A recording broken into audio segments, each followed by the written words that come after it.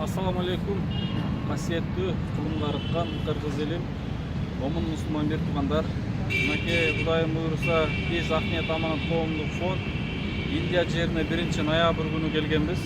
Бул жакта мекендештерибиз менен биргеликте элибизге кандай болгондо, эмне кылганда жеңил болот жана башка маселелерди сүйлөшүп, бир жумалык кайрымдуулук иш сапарыбызга бүгүнкү күн аяктап турат. Иншалла буйруса, мына 1-ноябрь, 2-ноябрь күнү күндөрдүн султаны болгон жума күнү мээргүл карындашыбыз операцияга кирип, аман эсен чыгып, андан башка толтура бул жакта биздин мекендештерибиз аман эсен операциядан чыгып, жана башка ушу бүгүнкү күнгө чейин ар бир ниет, максат коюп келген жумуштарыбыз Кудайга шүгүр, Аллах Таалама чексиз шүгүрлөр болсун. Ошол ниеттерибизге бирден бир жетип турган жерибиз буйруса. Мен ыраазычылык билдирем момун мусулман бир туугандарга, анын ичинен касиеттүү, кайрымдуу, берешен, айтөл кыргыз элиме ыраазычылык билдирем. Анткени сиздер канчалаган биздин демилге көтөрүп чыккан демилгебизге себепчи болгон сиздер жардам берип туруп, мына буюрса иншалла баардыгы жакшы. Жана башка буйруса, мына мен кече ушул Миланды, мээргүлдү жасаган, операция кылган доктор Вивек Вич менен дагы сүйлөштүк. Ал киши дагы сиздерге ар бир инсанга предупреждение берип атат, эмне кылыш керек, оорубаш үчүн эмне кылыш керек баарын айтып атат.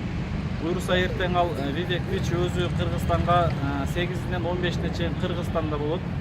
Биз ушуну менен Кудай буйруса бул жердеги ушу иш сапарыбыз аяктап, эртең 8 түшкү саат 12-лерде ушу Бишкекте Манас аэропортуна түшөбүз иншалла.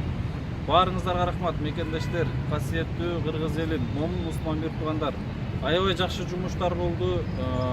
Мен ушунчалык ыраазычылыгымды билдирем.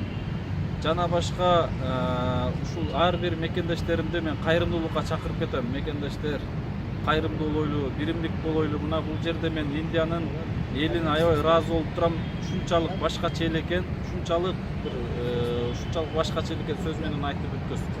Мына колдору да жеңил экен бир туугандарыбызды аман эсен операцияны жасап, буюрса баардыгы жакшы өткөрүп отурат. Буюрса айтарга сөзүбүз жок. Эң башкысы биргеликте, биримдик менен бири-бирибизди жаман көрбөстөн биргеликте көптүк сөкөл болот дейт. Мекенибиздеги муктаж инсандар үчүн ар бирибиз жардамыбызды көргөзөйлү. Ушуну менен буйруса дагы да бир жакшылык күндөрдү Аллах Таалам кезиктиргенде насип эткен болсун иншалла. Баардыгына рахмат, чоң рахмат мекендештер.